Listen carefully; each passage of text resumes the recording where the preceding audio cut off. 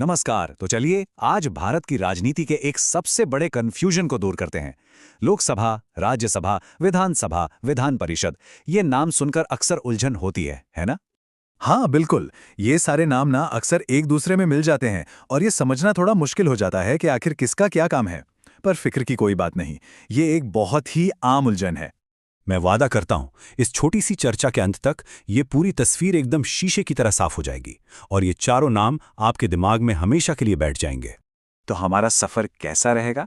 सबसे पहले हम इसकी नींव को समझेंगे, फिर नेशनल पार्लियामेंट के अंदर झांकेंगे, उसके बाद राज्यों की मिनी पार्लियामेंट को जानेंगे, फिर चारों सदनों की एक साथ तुलना करेंगे और आखिर में समझेंगे कि ये टू हाउस सिस्टम बनाया ही क्यों गया है।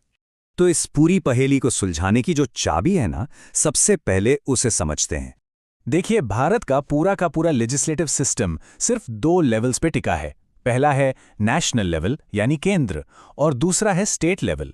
वो जो चारों नाम है ना, लोकसभा, राज्यसभा, विधानसभा और विधान परिषद, वो सब इन्हीं दो लेवल्स में बटे हुए हैं।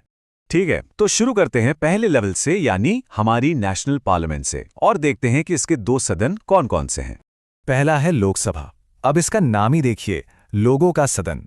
मतलब साफ है, इसका सीधा कनेक्शन देश के आम लोगों से है जो डायरेक्ट वोट देकर अपने रिप्रेजेंटेटिव्स को चुनते हैं।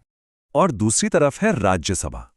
इसका भी नाम इसका काम बताता है, राज्यों की परिषद।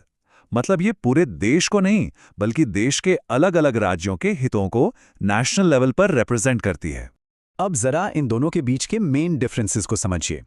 लोकसभा में चुनाव होता है डायरेक्ट, 5 साल का टर्म होता है और ये एक टेम्पररी हाउस है। वहीं राज्यसभा में चुनाव होता है इनडायरेक्ट, सदस्यों का टर्म 6 साल का होता है और ये एक परमानेंट हाउस है जो कभी भंग नहीं होता। और हाँ, मिनिमम एज भी अलग है, लोकसभा के लिए 25 साल और राज्यसभा के लिए 30 साल। लेकिन यहाँ एक सवाल दिमाग में आता है कि ये इनडायरेक्ट इलेक्शन मतलब अप्रत्यक्ष चुनाव आखिर होता कैसे है? देखिए, प्रोसेस बहुत सिंपल है।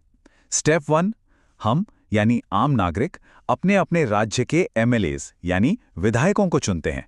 फिर स्टेप 2, हमारे चुने हुए वही एमएलएज आगे जाकर राज्यसभा के एमपीज को चुनते हैं। तो हुआ ना इनडायरेक्ट, हमारा वोट सीधा नहीं, हमारे रिप्रेजेंटेटिव्स के जरिए पहुंचता है। अब केंद्र से हटकर राज्य स्तर पर आते हैं और यहां पर ना एक बहुत ही मजेदार बात देखने को मिलती है। यहां का स्ट्रक्चर नेशनल लेवल का ही एक छोटा रूप है, एक मिनी पार्लियामेंट जैसा। और इसे समझने का सबसे आसान तरीका यही है कि आप स्टेट लेजिस्लेचर को नेशनल पार्लियामेंट की एक मिरर इमेज, एक परछाई की तरह देखें। ये एनालॉजी आपको सब कुछ याद रखने में बहुत मदद करेगी। देखिए, पैटर्न एकदम सेम है। विधानसभा बिल्कुल लोकसभा जैसी है, डायरेक्ट इलेक्शन 5 साल का टर्म, और विधान परिषद वो राज्यसभा जैसी है, इनडायरेक्ट इलेक्शन 6 साल का टर्म। सच में ये नेशनल पार्लियामेंट की एकदम हूबहू परछाई है। लेकिन हाँ, यहाँ एक बहुत इंपॉर्टेंट पॉइंट है। विधानसभा तो भारत के हर राज्य में है, ये कंपल्सरी है। लेकिन विधान परिषद, जो राज्यसभा का स्टेट वर्जन है, वो हर राज्य में हो ये जरूरी नहीं है। अगर आज की तारीख में देखें तो देश में सिर्फ 6 राज्य ऐसे हैं जहां विधान परिषद है। आंध्र प्रदेश, बिहार, कर्नाटक, महाराष्ट्र, तेलंगाना और उत्तर प्रदेश। चलिए, तो अब तक हमने जो भी पीसेस देखे हैं उन सबको एक साथ जोड़ते हैं ताकि पूरी पिक्चर एक बार में क्लियर हो जाए।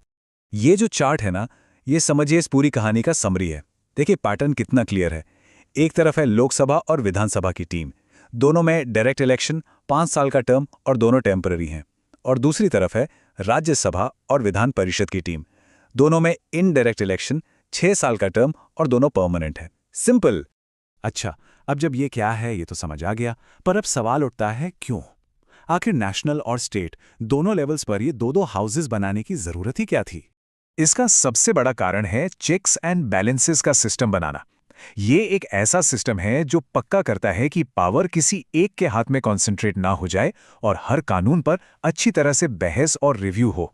सोचिए, जो लोअर हाउस हैं यानी लोकसभा या विधानसभा, वो तो सीधे जनता की नब्ज है। लेकिन जो अपर हाउस है, राज्यसभा या विधान परिषद, वो एक सेफ्टी वाल्व का काम करता है। वो ये इंश्योर करता है कि कोई भी कानून जल्दबाजी में या भावनाओं में बहकर पास ना हो जाए और उस पर गहराई से विचार विमर्श हो। तो अब जब ये पूरा स्ट्रक्चर क्लियर है, एक सवाल के साथ इस चर्चा को खत्म करते हैं। क्या सीधे चुने गए प्रतिनिधियों और अप्रत्यक्ष रूप से चुने गए प्रतिनिधियों द्वारा बनाए गए कानूनों की सोच और प्रकृति में कोई फर्क हो सकता है? इस पर सोचिएगा जरूर। ये हमारे लोकतंत्र की एक बहुत गहरी परत है।